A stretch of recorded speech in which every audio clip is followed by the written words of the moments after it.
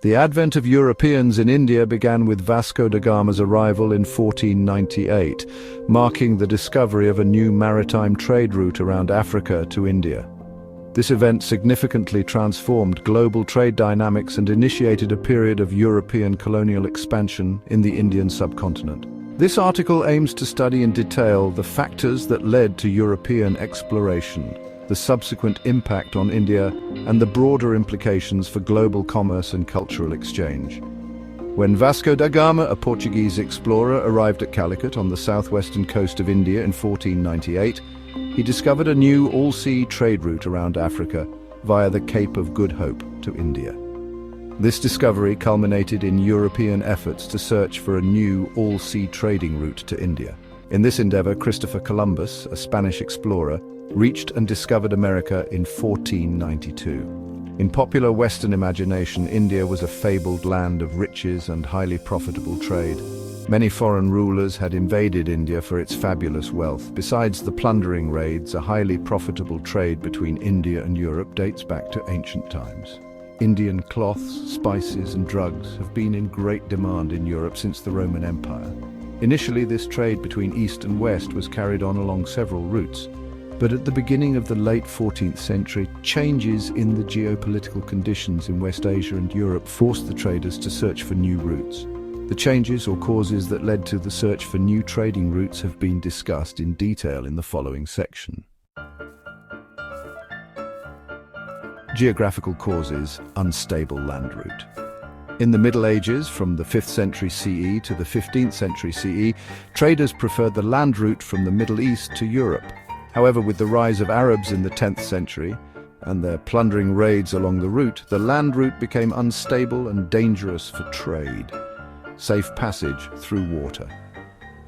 While the land with some passes fell within the territory of one or the other kingdom, the oceans and seas had not yet been controlled and thus offered a safe passage.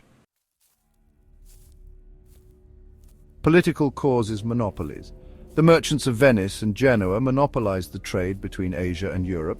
The western side, the Mediterranean area, was under the merchants of Venice and Genoa, and the eastern side, the Asian side, was under the Arab merchants. These merchants did not allow new merchants from other West European countries to trade through the old routes under their control. Ottoman Empire.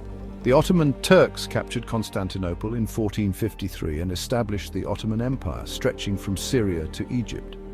This brought the old routes under Turkish control. Moreover, the expansion of Turkish power in Eastern Europe and the growth of the Turkish navy alarmed the Europeans. Rise of new nation-states. The later part of the 15th century saw the rise of centralized states with strong kings like Spain and Portugal who were keen to trade with Asia. The kings encouraged, often supported, and sponsored geographical explorations and navigators. Technological causes, navigation. The period witnessed several technological advancements. The advancements in navigation, such as the astrolabe for fixing the height of heavenly bodies and the mariner's compass by the Arabs, along with shipbuilding by the Europeans, came at a time when land routes had become unstable, making waterways a natural choice. Use of gunpowder. Gunpowder, invented in China in the 9th century, spread to Eurasia by the end of the 13th century. As sea voyages gained popularity in the 15th century, cannons and gunpowder began to be used on ships to protect them from attacks. Gunpowder kept ships safe from attacks, adding more firepower, making them easier to carry and more stable, and helping to make the most destructive weapons of the time.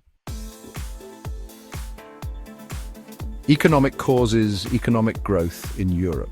The European economy expanded rapidly due to the expansion of land under cultivation, the introduction of improved plows and scientific crop rotation. As a result of this growth, towns rose and trade increased. Demand for spices and pepper. The economic revival in Europe increased the demand for spices and pepper needed to make meat palatable. Tolls and taxes. Tolls and taxes were constantly increased on the European and Asian trade sides, reducing profit margins. Profit maximization.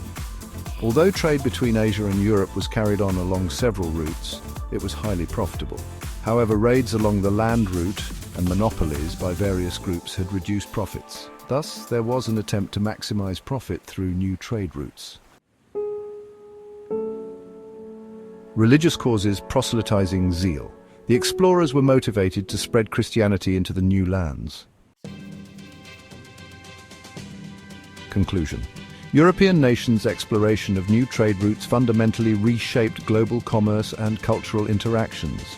Driven by geopolitical instability, economic ambition, and the spirit of adventure during the Renaissance, explorers like Vasco da Gama opened new pathways to India.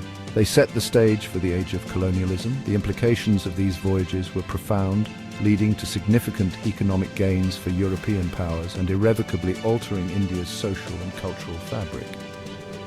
As we reflect on this pivotal moment, it becomes clear that the advent of Europeans in India was not merely a quest for trade, but a complex interplay of ambition, innovation, and the desire for glory.